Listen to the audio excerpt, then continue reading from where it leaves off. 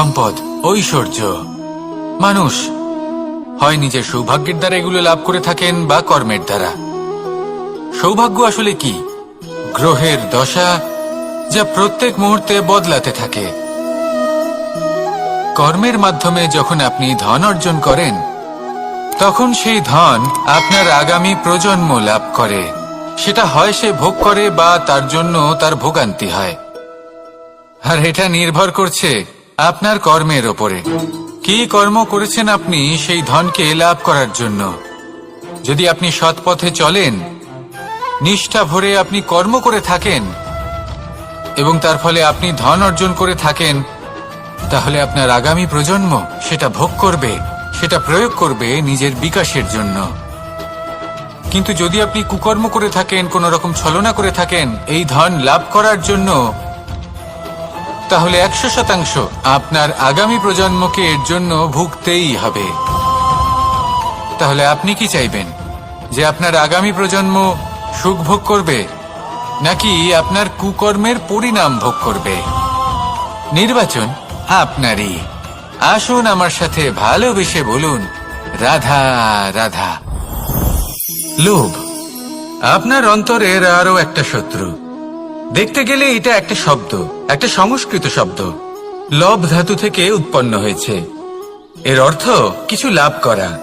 কিছু লাভ করা অনুচিত নয়, আরো কিছু লাভ করাও অনুচিত নয়, কিন্তু সব থেকে বেশি আমিই লাভ করব, আমি আরো চাই, আরো বেশি চাই, আরো বেশি পেতে চাই, এটাই হলো লোভ। আর এই লোভ যখন গ্রাস করে, তখন আপনি যা পেতে চান, সে ধনই হোক বা মানই হোক, তা অর্জন করার জন্য মানুষ যে কোনো স্তরে পৌঁছে যেতে পারে। যদি মানুষ ধন অর্জন করতে চান, তাহলে তার জন্য তারা অধর্মের পথেও চলতে পারেন। যদি সম্মান অর্জন করতে চান, তাহলে অন্য মানুষকে ছোটও করতে পারেন। শেষ পর্যন্ত আপনার এটা মনে হতে পারে যে যদি একটু অল্পই প্রাপ্ত করতাম, কিন্তু ভালোবেসে প্রাপ্ত করতাম, এই জীবন আরো অনেক বেশি সুখী হতো। লোভ আপনার জীবনে, আপনার মনে কখন যে প্রবেশ করবে সেটা আপনি জানতেও পারবেন না। তাই এটা চিনতে শিখুন আর তৎক্ষণাৎ জীবন থেকে বাইরে ফেলে দিন। যা কিছু লাভ করতে চান তা ভালোবেসে লাভ করুন, আর সেই ভালোবাসার সাথেই বলুন, রাধা রাধা। জীবনে ক্ষমা চাওয়া তাও কিছুটা সহজ, ক্ষমা করতে পারা অত্যন্ত কঠিন। ক্ষমা 2 অক্ষরের এই শব্দ হতে পারে, কিন্তু অত্যন্ত বড় এই শব্দ, অত্যন্ত গুরুত্বপূর্ণ এই শব্দ। কখনো কখনো অন্য কাউকে ক্ষমা করে দেওয়া তাও কিছুটা সহজ কাজ, কিন্তু নিজেকে ক্ষমা করতে পারা অত্যন্ত কঠিন হয়ে দাঁড়ায়। অতীতে যদি আমাদের এমন কোনো ভুল হয় যে কারণে আমরা নিজেকে ক্ষমা করতে পারি না, অনেক সময় এমন কিছু ভুল করে বসি যে বিষয় শুধু আমরাই জানি, কিন্তু আমরা নিজেকে ক্ষমাই করতে পারি না, আর আমাদের বিকাশ সেখানে স্তব্ধ হয়ে যায়। কারণ যদি আপনি ক্ষমা করতে না শেখেন, নিজেকে ক্ষমা যদি না করতে পারেন, তাহলে তা আপনার জীবনের সব থেকে বড় বাধা হয়ে দাঁড়াবে। সেই জন্য জীবনে অবশ্যই শিখুন যে কিভাবে নিজেকে ক্ষমা করতে হয়, আর শিখুন যে আগের করা ভুল আবার কি করে না করা যেতে পারে। এই মন হালকা হবে আর প্রসন্ন হয়ে বলবে, রাধা রাধা। এই সংসারে যখনই কোনো সমস্যা আসে, তখন আমরা আমাদের সব থেকে বড় সম্বলের কাছে আশ্রয় খুঁজি, তা হলো আমাদের বিশ্বাস। এবার প্রশ্ন হলো এটাই যে এই বিশ্বাস কার উপর করা যেতে পারে? পরিবারের ওপর, বন্ধুর ওপর, নাকি তাদের ওপর বিশ্বাস করা উচিত যাদেরকে আমরা কখনো সঙ্গ দিয়েছি? দেখুন, এই সংসারে বিপদের সম্মুখীন হলে কে আপনাকে সাহায্য করবে সেটা নির্বাচন করা আপনার হাতে নেই। সেটা সেই সকল ব্যক্তির উপর নির্ভরশীল যে তারা আপনাকে সাহায্য করবে নাকি করবে না। অর্থাৎ যখনই কোনো বিপদ আসে, সর্বপ্রথম তার সম্মুখীন আমাদের নিজেকেই হতে হয়, আর তার জন্য প্রস্তুত থাকা প্রয়োজনীয়। সেই শক্তি, সেই সাহস অর্জন করা প্রয়োজনীয়। দেখুন, যখনই অন্ধকার আসে, তখন সবার আগে কে আপনাকে ত্যাগ করে চলে যায়? আপনার নিজেরই ছায়া। এই অন্ধকারের সম্মুখীন হতে হয় অন্তরের প্রদীপের দ্বারা, অন্তরের আত্মা দ্বারা। তবেই আপনি অন্ধকারের ওপর জয়লাভ করতে পারবেন। সেই জন্য যে বিপদই আসুক না কেন নিজেকে তার জন্য প্রস্তুত রাখা উচিত। সেই সাহস নিয়ে আসুন। এমন কোনো বিপদ নেই যে আপনাকে ভেঙে দিতে পারে। আসুন আমার সাথে ভালোবেসে বলুন, রাধা রাধা। মানুষ সবসময় চায় যে তার জীবনে যেন কখনো কোনো সমস্যাই না আসে। সে চায় তার জীবন যেন শুধুমাত্র শান্তি এবং সুখের দ্বারা পূর্ণ থাকে। কিন্তু এই চাহিদা অনুচিত কিছু নয়। আমরা সবাই এটাই চাই যে জীবনে সুখ থাক, শান্তি থাক। কিন্তু এই কথা সবসময় মনে রাখবেন, যে সূর্য উদিত হন সংসারকে প্রকাশমান করেন, দুপুরবেলায় সংসারকে রৌদ্র প্রদান করেন, সন্ধেবেলায় তাকেও অস্ত যেতে হয়। এবার আমাদের জীবন চক্র কিছুটা এরকমই। কোনো কিছুই চিরকাল একরকম থাকে না। কখনো এই নদীকে দেখুন যা বয়ে চলেছে। এই নদী যা বয়ে চলেছে তার পথেও অনেক বিপদ আসে। বড় বড় পাথরের সম্মুখীন হয়ে তাকেও সামনে এগিয়ে যেতে হয়। একটি পুকুর যা চারদিক থেকে ঘেরা, তার জীবনে কিন্তু কোনো সমস্যা নেই। কিন্তু এই সংসারে পুকুরের পুজো করা হয় না, পুজো করা হয় নদীকে। মনে রাখবেন, সমস্যার ঊর্ধ্বে তিনি উঠতে পারেন যিনি সমাধি লাভ করেছেন, যিনি এই সংসারেই নেই। যিনি এই সংসারে আছেন এবং জীবিত আছেন, তার জীবনের সমস্যা হলো শ্বাসবায়ুর মতোই গুরুত্বপূর্ণ। আসুন আমার সাথে ভালোবেসে বলুন, রাধা রাধা। আজ আমি আপনাকে একটা ছোট্ট কাহিনী শোনাবো। একবার আমি, রাধা আর দাদা, আমরা তিনজনে মিলে লুকিয়ে একটা উপবনে গেলাম আম পেড়ে খেতে। অনেক পরিশ্রম করে আমরা ওখানে পৌঁছলাম আর আমরা আশ্চর্যচকিত হয়ে গেলাম এটা দেখে যে এবার তো আম পাকেইনি। এবার দাদা কি করলেন, একটা আম পাড়লেন আর সেটা চাখলেন, আর উনি নিরাশ হয়ে পড়লেন। উনি বললেন যে এটা তো খুবই টক। তারপর রাধা একটা আম পাড়লো আর সেটা চেখে দেখল, আর রাধা উৎসাহিত হয়ে পড়ল। আমি রাধাকে জিজ্ঞেস করলাম, কি হয়েছে, তুমি এত উৎসাহিত কেন? তখন রাধা বলল যে এবার এত বেশি টক আম হয়েছে যে এগুলো দিয়ে আমরা আচার বানাবো। তাহলে দাদা ওখান থেকে বেরিয়ে গেলেন নিরাশ হয়ে এবং খালি হাতে। রাধাও ওখান থেকে বেরিয়ে গেল কিন্তু উৎসাহিত হয়ে, আর অনেকগুলো কাঁচা আম সাথে নিয়ে। এর থেকে আমরা কি শিক্ষা পেতে পারি? যে প্রত্যেকটা স্থানে এমন কিছু রয়েছে যেখান থেকে আমরা কিছু একটা শিক্ষা লাভ করতে পারি, যা আমাদেরকে বিকাশের পথে নিয়ে যেতে পারে। এই শিক্ষা প্রত্যেক স্থানে আছে। সবকিছু আমাদের দৃষ্টিভঙ্গির উপর নির্ভর করছে। যখনই আমাদের জীবনে, আমাদের সম্পর্কে কোনো সমস্যা, কোনো বিপদ আসে, তখন বেশিরভাগ মানুষ সেই বিষয় নিয়ে দুঃখী হয়ে পড়েন। আর কিছু মানুষ এমনও থাকেন যারা শেষ পর্যন্ত তার সমাধান করেন, বিপদকে পরাজিত করেন, সম্পর্কগুলিকে আবার জুড়ে দেন। যদি আপনি সুখের খোঁজ করেন তাহলে আপনি সুখ অবশ্যই পাবেন, প্রসন্নতা অবশ্যই পাবেন। যদি আপনি দুঃখ খোঁজেন তাহলে দুঃখ অবশ্যই পাবেন। এবার আপনি কি খুঁজতে চান, সেই চয়ন আপনারই। আসুন আর আমার সাথে ভালোবেসে বলুন, রাধা রাধা। কখনো কোনো প্রজাপতিকে উড়তে দেখেছেন? কি সুন্দর উড়ে বেড়ায় সে, এক ফুল থেকে অন্য ফুলে, এক পাতা থেকে অন্য পাতার উপর। কিন্তু সে কিভাবে উড়তে শেখে কখনো ভেবেছেন? জন্ম থেকেই কিন্তু প্রজাপতির ডানা থাকে না। ও কিন্তু ছোট্ট একটা ডিমের আকারে জন্ম লাভ করে। তারপর সেই ডিমটি ভেঙে একটি কীট বাইরে আসে। আস্তে আস্তে সে বড় হয়, ওর শক্তি বৃদ্ধি পায়। তারপর সে সেই কীট দশা ত্যাগ করে নিজের ডানাগুলি মেলে। এই প্রক্রিয়া তার কাছে সরল নয়, অত্যন্ত যন্ত্রণাদায়ক প্রক্রিয়া, কিন্তু সে সেই যন্ত্রণা মেনে নেয়। আর তারপর আস্তে আস্তে সে উড়তে শেখে। শুধুমাত্র আকাশে উড়ে বেড়ায় তা নয়, আমাদের মনের মাঝে উড়ে বেড়ায়। এবার এই ডিম থেকে প্রজাপতি হয়ে ওঠার যে যাত্রা, এটা যতটা কঠিন, ততটাই কঠিন হয় এই সংসারে শ্রেষ্ঠ কর্ম করা, ততটাই কঠিন হয় এই সংসারে মহান হয়ে ওঠা। সেই জন্য প্রয়োজনীয় প্রচেষ্টা এবং সময়। নিরন্তর প্রচেষ্টা করতে থাকুন, পর্যাপ্ত সময় নিন এবং আপনি নিজেকে এই আকাশে উড়ন্ত অবস্থায় পাবেন। আসুন আমার সাথে ভালোবেসে বলুন, রাধা রাধা, রাধা রাধা। আপনারা হয়তো ভাবছেন কি আশ্চর্য ব্যাপার, প্রত্যেকবার আমি কথা শেষ হওয়ার পরে রাধা রাধা বলি। এইবার আমি আগেই বলে দিলাম। কারণটা কি? কারণ হলো অত্যন্ত বিশেষ। প্রত্যেকবার কথা সমাপ্ত হবার পরে আপনাদের সবার মধ্যে ভালোবাসা বিতরণ করতে চাই, তাই রাধা রাধা বলি। কিন্তু এইবার এই নতুন এবং বিশেষ সূত্রপাতে প্রথমে প্রেম বিতরণ করা অত্যন্ত আবশ্যক।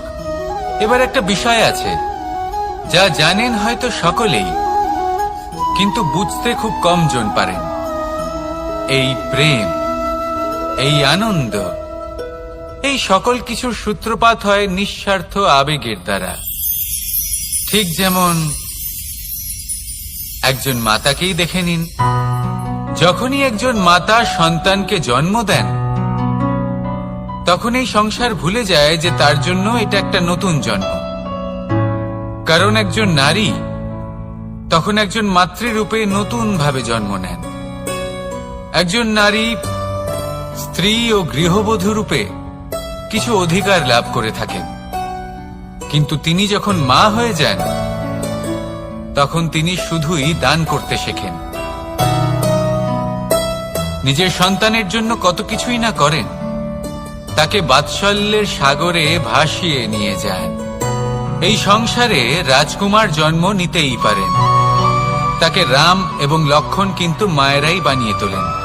একজন গোয়ালা জন্ম নেয়, তাকে দ্বারকাধীশ একজন মাই বানিয়ে তোলেন। পিতা হলেন সেই পর্বত যার একটা অংশ হলো তার সন্তান, কিন্তু মা হলেন সেই শিল্পী যিনি একটা পাথরকে খোদাই করে এমন এক মূর্তি গড়ে তোলেন যাকে সকলে পূজনীয় মনে করেন। তাহলে স্মরণ করুন সেই সকল মুহূর্ত যেগুলি আপনি নিজের মাতার সাথে অতিবাহিত করেছেন। অনুভব করতে পারবেন যে কিভাবে এক মুহূর্তেই এই মন প্রফুল্ল হয়ে ওঠে। এবারের কারণ কি? এর কারণ হলো এই জীবনের আসল দ্বারই হলো মমতা।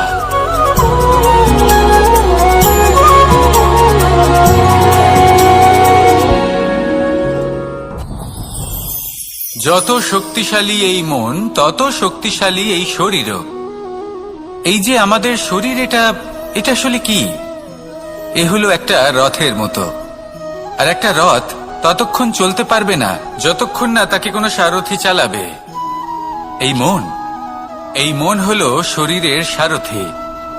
এবার ভাবুন, যদি এই সারথি শক্তিহীন হয়, দুর্বল হয়, তাহলে এই রথের কি হবে?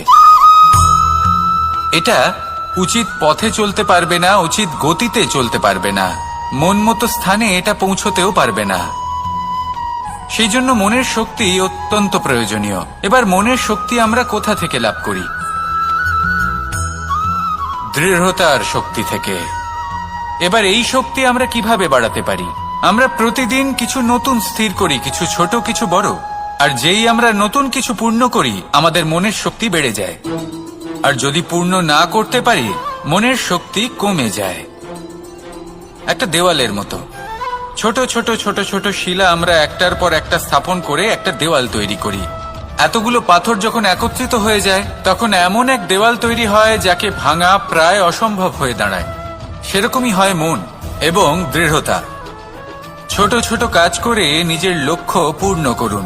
এই লক্ষ্য যদি পূর্ণ হয়, তবে মনের শক্তি বাড়বে। কিছুটা এইভাবে যে যত বড়ই বিপদ আসুক না কেন, সেই বিপদ নিজে হার মেনে নেবে, কিন্তু আপনার মন ততটাই শক্তিশালী থাকবে। তাই মনের শক্তি বাড়াতে থাকুন, যাতে আপনি উচিত পথে চলতে পারেন, উচিত গতিতে চলেন আর মনোবাঞ্ছিত স্থানে পৌঁছতে পারেন। তবেই এই মন প্রসন্ন হয়ে বলবে, রাধা রাধা। আমি রাধাকে ভালোবাসি, আর এই কথাটা সমগ্র সংসার জানে।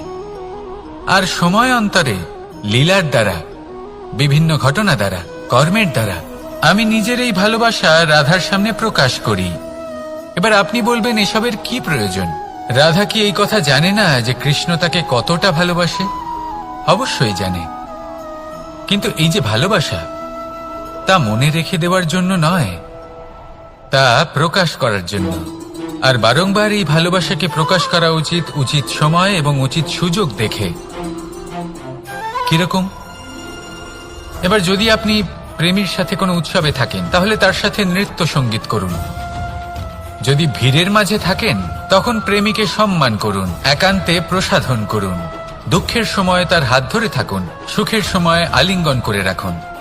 এই প্রেম যত প্রকাশ করবেন, ততই এই প্রেমের বৃদ্ধি হবে। এই প্রেম আরো বেশি গভীর হবে, অটুট হবে। তাই এই প্রেমকে মনে নয়, আপনার জীবনে স্থান দিন। মন খুলে প্রকাশ করুন আর আমার সাথে ভালোবেসে বলুন, রাধা রাধা। মুঠো হাতের শক্তি বেশি, মুঠো খুললেই তা দুর্বল। তা এমন কি থাকা উচিত এই বন্ধ মুঠোয় যা লাখের সমান? মানসিকতা এবং স্বপ্ন। মানুষ জন্মগ্রহণ করে, তার মানসিকতা সময়ের সাথে উন্নত হয়। মানসিকতা অনুযায়ী সে স্বপ্ন দেখে, আর সেই স্বপ্ন সার্থক করতে সে পরিশ্রম করতে থাকে। কিন্তু খুব গুরুত্বপূর্ণ একটা কথা আছে যা আপনার মনে রাখা উচিত। আপনার এই মানসিকতা, আপনার এই স্বপ্ন, তা যেন আপনার নিয়ন্ত্রণে থাকে। আপনার বন্ধ মুঠোয় যেন এর লাগাম থাকে, আপনি যেন এর প্রভু হন। যদি তা হয়, তবেই আপনি লাভবান হবেন। যদি এরা আপনাকে নিয়ন্ত্রণ করতে থাকে, যদি আপনার মুঠো খুলে যায়, না পথ আপনার নিয়ন্ত্রণে থাকবে, না মানসিকতা থাকবে, না স্বপ্ন নিয়ন্ত্রণে থাকবে। আর যদি তাই হয়, তাহলে আপনি আপনার ভবিষ্যৎ নষ্ট করে ফেলবেন। তাই নিয়ন্ত্রণ করতে শিখুন নিজের বিচার বুদ্ধি, নিজের মানসিকতা, নিজের স্বপ্নকে। নিজের এই স্বপ্ন পূরণ করুন আর আমার সাথে ভালোবেসে বলুন, রাধা রাধা। আমার কাছে যশোদা মা যেমন, আমার কাছে দেবকী মা যেমন, আমার কাছে ঠিক তেমনই হলেন গোমাতা। এবার ভেবে দেখার বিষয় হলো এটা, যে এই সংসারে অসংখ্য প্রাণী আছে। একজন গাইকে একজন মায়ের মর্যাদা কেন দেওয়া হয়? তাহলে এর অনেকগুলো কারণ আছে। এই গাই অর্থাৎ গোমাতা, এনারা হলেন অত্যন্ত শান্ত, শান্তি প্রিয়, কখনো কারোর কোনো ক্ষতি করতেই পারেন না। গোমাতা যে দুধ নিজের বাছুরকে পান করান, সেই দুধই আমাদেরও দেন। সেই দুধ পান করে আমরা শক্তি লাভ করি। এই দুধ থেকে আমরা মাখন, ঘি, পায়েস, এইসব সুস্বাদু খাবার লাভ করি। গোমাতার গোবর আমাদের জ্বালানি হিসেবে সাহায্য করে, যার ফলে খুব কম সংখ্যক কাঠ ব্যবহার করা যায় এবং বেশিরভাগ জঙ্গল সুরক্ষিত থাকে। গোমাতার গোমূত্র, সেটাও আমাদের কাছে লাভজনক। এর দ্বারা আমরা অনেক রোগ থেকে মুক্তি লাভ করতে পারি। গোমাতা যখন একটি বাছুরকে জন্ম দেন, তখন সেই বড় হয়ে আমাদের ক্ষেত কর্ষণ করে। সেই জন্য গাইকেও জীবনে মায়ের মর্যাদা দেবেন। যতটা সম্ভব তাকে সেবা করুন এবং ভালোবেসে তাকে পালন করুন। এই মন নিজে থেকেই প্রসন্ন হয়ে বলবে, রাধা রাধা। চলতে থাকা, থেমে যাওয়া, বিশ্রাম নেওয়া, তারপর দম নিয়ে পুনরায় দাঁড়িয়ে পড়া, আর তারপর আবার সেই পথ চলা। এটা জীবনের অভিন্ন এক অঙ্গ, এটার থেকে আপনি পালাতে পারবেন না। কিন্তু এই অঙ্গকে আপনি নিজের জীবনে কিভাবে প্রয়োগ করবেন, কিভাবে তাকে কাজে লাগাবেন, সেই সিদ্ধান্ত আপনাকে নিতে হবে। যারা হেরে যান তারাও জীবনে থমকে যান, আবার যারা জেতেন তারাও দাঁড়িয়ে পড়েন। যারা হেরে যান তারা হাঁপিয়ে দাঁড়িয়ে পড়েন, যারা জিতে যান তারা দাঁড়িয়ে পড়েন সেই সর্বোচ্চ স্তরে পৌঁছে গিয়ে। এবার দাঁড়াতে তো আপনাকে হবেই, তা হতেই হবে। কিন্তু কখন, কিভাবে দাঁড়াবেন, ক্লান্ত হয়ে নাকি সর্বোচ্চ স্তরে পৌঁছে গিয়ে, সেই সিদ্ধান্ত আপনার। অবশ্যই দাঁড়িয়ে পড়ুন, কিন্তু ক্লান্ত হয়ে নয়। কারণ আপনাকে পুনরায় দাঁড়িয়ে পড়তে হবে, পুনরায় যাত্রাপথে এগোতে হবে এবং সর্বোচ্চ স্তরে পৌঁছতেই হবে। রাধা রাধা। স্বপ্ন, আমরা জীবনে স্বপ্ন দেখতে থাকি, সেটা পূরণ করার পূর্ণ প্রয়াস করে থাকি, কিন্তু এই স্বপ্ন পূরণ না হওয়ার পরিস্থিতিতে আমরা ভেঙে পড়ি, ছিন্ন বিচ্ছিন্ন হই। আর তারপর এই বোঝা আমরা আগামী প্রজন্মের ওপর রীতিমতো চাপিয়ে দিই। আমরা এটাই মনে করি যে আমরা যেটা হতে পারিনি সেটা আমাদের সন্তান অবশ্যই হবে। আমরা যা কখনো পাইনি আমাদের সন্তান অবশ্যই তা পাবে। এটা যে অনুচিত সেটা আমরা ভাবি না, কিন্তু এটা ভুল। আর এই ভুল আমরা সকলেই করে থাকি। সন্তান প্রকৃতি আর পরমাত্মার আশীর্বাদ, ওদের ভেতরে তাদের নিজের একটা অসুখে পূর্ণাঙ্গে বৃদ্ধি পেতে দিন। রাধা রাধা। এই পুকুর দেখছেন আপনি, পুকুরের জল কখনো প্রবাহিত হয় না, একই স্থানে জমে থাকে, আর সেই কারণে কিছুদিন পর ময়লা হতে শুরু করে। কিন্তু তাও আমরা একে ত্যাগ করি না, আমরা তবুও একে পুজো করি। শুধুমাত্র এই কারণে নয় যে অতীতে সে আমাদের তৃষ্ণা মিটিয়েছে, কিন্তু এই কারণেও যে যদিও বা সে ভবিষ্যতে আমাদের তৃষ্ণা না মেটায়, কিন্তু প্রয়োজন হলে আগুন অবশ্যই নেভাতে পারে। ঠিক সেই রকমই হয় আমাদের সম্পর্ক, সম্পর্ক যা আমরা বহু বছর পরিশ্রম করে তৈরি করি, যে দরকার পড়লে আমাদের সহায়ক হয় কোনো না কোনোভাবে। সেই জন্য সম্মান করতে শিখুন এই সম্পর্কগুলিকে, শিখুন এই সম্পর্কগুলিকে অটুট রাখতে। কথায় কথায় এই সম্পর্কগুলিকে ভেঙে দিতে শিখবেন না। রাধা রাধা। তাই অত্যন্ত বিষাক্ত। পেটের মধ্যে যাওয়া এই বিষ শুধুমাত্র একটি মানুষের মৃত্যুর কারণ হয়, কেবল একটি। কিন্তু কানের মধ্যে ঢালা এই বিষ একাধিক সম্পর্কের নাশ করতে পারে। আর এটাতে সেই ব্যক্তির ভুল নেই যে আপনার কানে বিষ ভরেছে, আপনি তাকে দোষ দিতে পারেন না। এখানে দোষ আপনার নিজের, যে এই বিষকে আপনি নিজের উপরে প্রভাব ফেলতে দিয়েছেন, এই বিষকে সুযোগ দিয়েছেন আপনার ক্ষতি করতে। এটা আপনার ভুল। সেই জন্য কুমন্ত্রণায় কখনো কান দেবেন না। আপনার মনে ভালোবাসার দৃঢ়তা জাগিয়ে তুলুন আর নষ্ট করে দিন এই সংসারের সমস্ত বিষের প্রভাবকে। রাধা রাধা। জীবন, আমাদের এই জীবন সুখ আর দুঃখ, এই দুইয়ের মিশ্রণ। এদের সংমিশ্রণই জীবনের ভারসাম্য বজায় রাখে। এখন এই সুখ, সুখ এমন এক বস্তু যাকে সবাই খুঁজে চলেছে। দুঃখ এমন প্রাপ্ত হয় নিজের উপরে বিশ্বাস করতে থাকে। আকাশের ওই সূর্যকে দেখুন, সূর্যের বিশ্বাস আছে নিজের উপর যে সে সমস্ত জগৎকে আলোকিত করতে পারবে, নিজের প্রথম রশ্মি দিয়ে অন্ধকারকে দূর করতে পারবে। সূর্য এই বিশ্বাস নিয়েই আসে, আর কিছুক্ষণের মধ্যেই সমস্ত সংসার থেকে অন্ধকারকে বিনাশ করে ফেলে সে। তাহলে মনে রাখবেন, এই সুখের আভাস, এই দুঃখের অনুভূতি আসতেও থাকবে আর যেতেও থাকবে।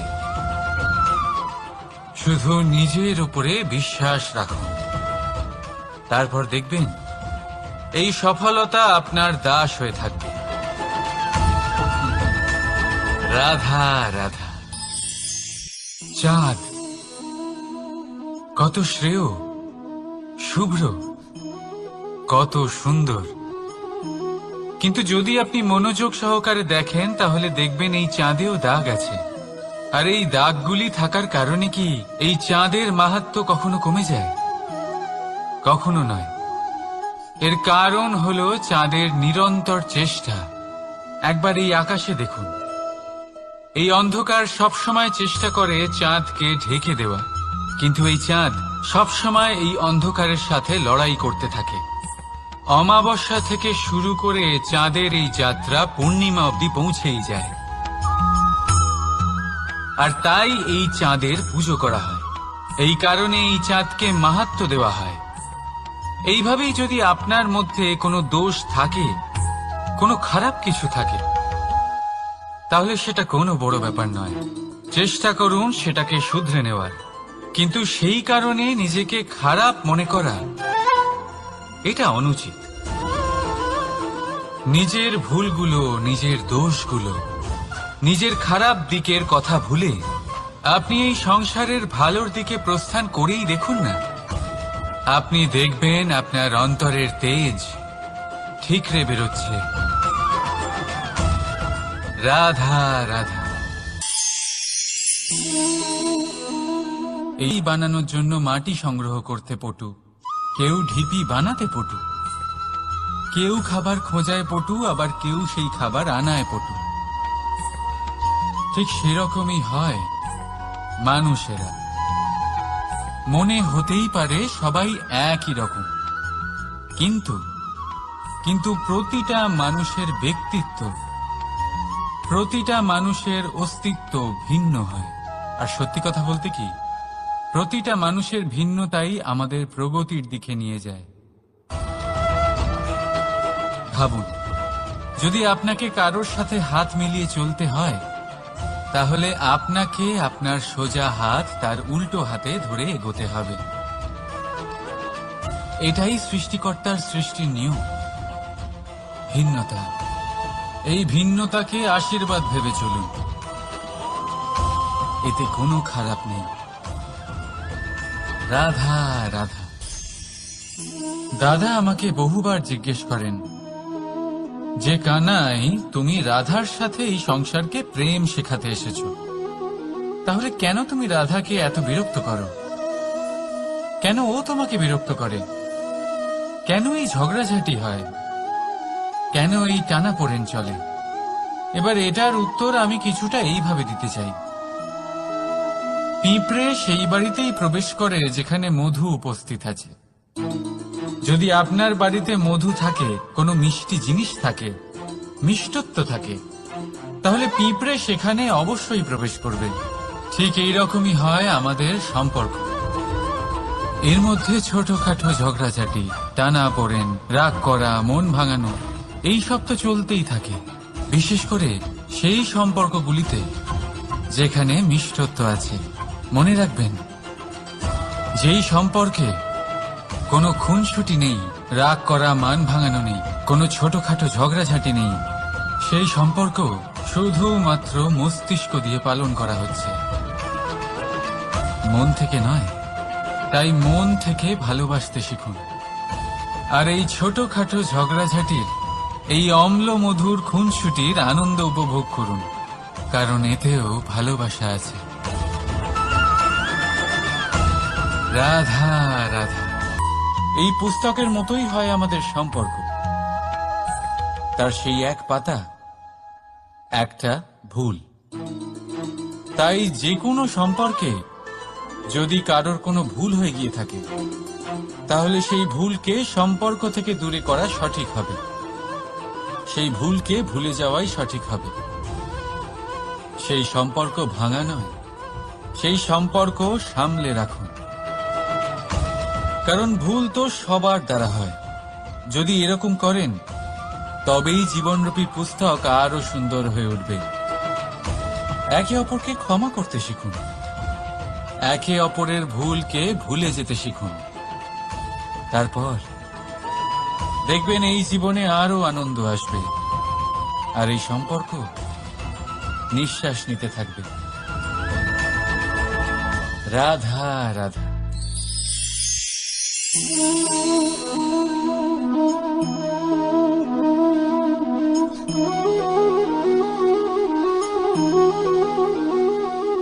আমার এই ছায়া দেখতে পাচ্ছেন আপনি?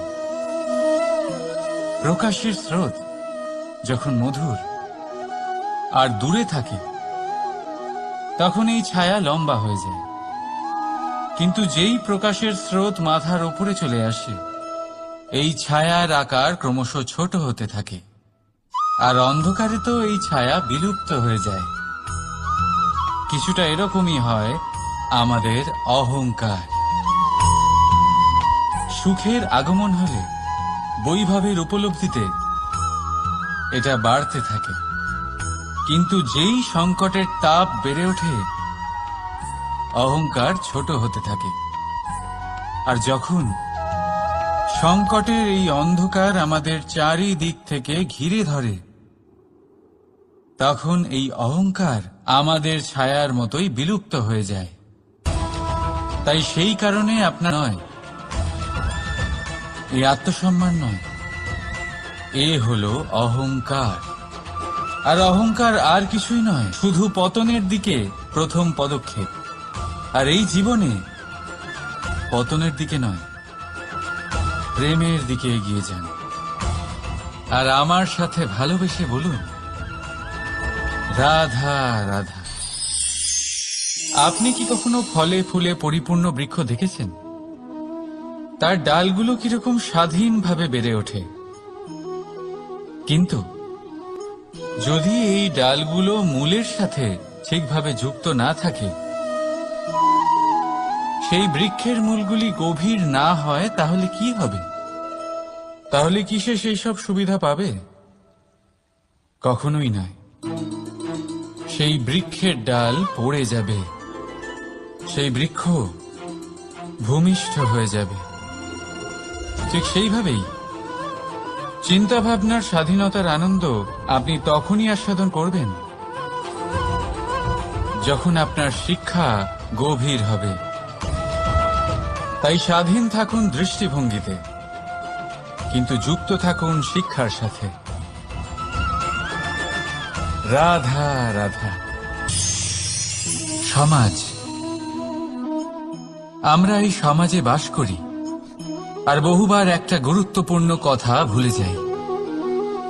এই সমাজ আমরা সকলে মিলে তৈরি করি। সমস্ত সময় কাটিয়ে দিই এইটা ভাবতে ভাবতে যে এই সমাজ কি ভাববে, আমার কি করা উচিত, আমার কি ভাবা উচিত, কি পড়া উচিত, কোনটা সঠিক কোনটা ভুল। যদি আমি এটা করি, তাহলে কয়েকজনের এটা মনে হবে না তো যে আমি খারাপ, যখন আমি তা নই। মনে ভয় উৎপন্ন হয় সেই কয়েকজন মানুষের জন্য। তার কারণ হলো আমরা আমাদের মনের কথা শুনতে পাই না, না শুনতে পারি, না বলতে পারি, আর না করতে পারি। সেই কয়েকজন মানুষের ভয় আমরা খারাপের বিরোধিতা করা ছেড়ে দিই। কিন্তু কখনো নিজেকে জিজ্ঞেস করুন, শেষ পর্যন্ত কারা এই কয়েকজন মানুষ? এই সংসারে প্রতিটি মানুষেরই নিজের আলাদা আলাদা ব্যক্তিত্ব আছে, আলাদা দৃষ্টিভঙ্গি আছে। তাই যদি আপনি এটা ভাবেন যে আপনি সবাইকে খুশি করতে পারবেন, তাহলে আপনি ভীষণ বড় ভুল করছেন। জীবনে কর্ম তাই করুন যাতে আপনার অন্তরাত্মা সন্তুষ্ট হয়। আর অন্তরাত্মা সন্তুষ্ট তখনই হবে যখন আপনার কর্ম শুভ হবে। তাই নিজের মনের কথা শুনে এই সংসারে শুভ কর্ম করতে থাকুন, তবেই এই সংসারের কর্মে আপনি সার্থক হবেন। রাধা রাধা। এই পাতাকে দেখুন, কত কোমল, কত শীর্ণ। যদি এর উপরে একটুও জোর খাটান, বেঁকে যাবে। পাতা তো এরকমই হয়, একটু জোর খাটালেই তা বেঁকে যায় এদের নমনীয়তার জন্য।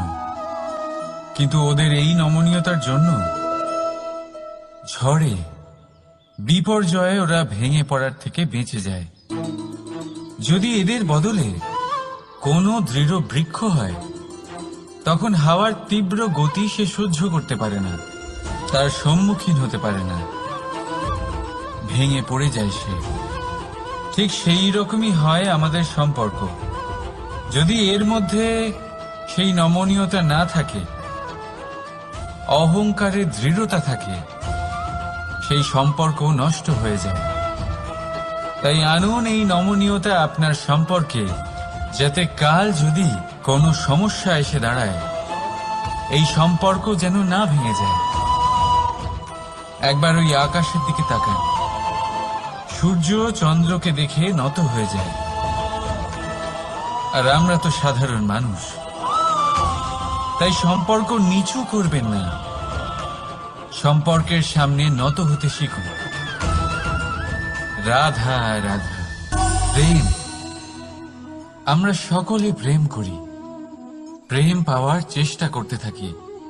আর এমনও অনেক মানুষ আছেন যারা প্রেম অর্জন করেও ফেলেন, কিন্তু সেখান থেকে শুরু হয় এক নতুন অধ্যায়ের। আচমকা দুই প্রেমীর কিছু অনুচিত বলে মনে হতে থাকে। আচমকা দুজনে নিজেদের অস্তিত্ব নিয়ে বিচলিত হতে থাকেন। এবার এমন হলে কি করা যেতে পারে? হলো চুন।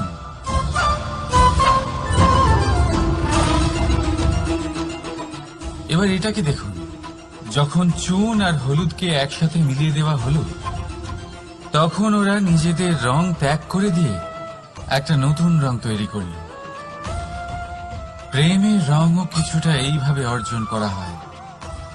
এখানে কোনো আমি থাকে না, শুধু আমরা হয়, শুধু একাত্ম হয়। সেই জন্য ত্যাগ করুন নিজের অস্তিত্বকে, আর মনের উত্তেজনাকে আলিঙ্গন করুন। তারপর দেখুন আপনার এই প্রেম আপনাকে কোথায় কোথায় নিয়ে যায়।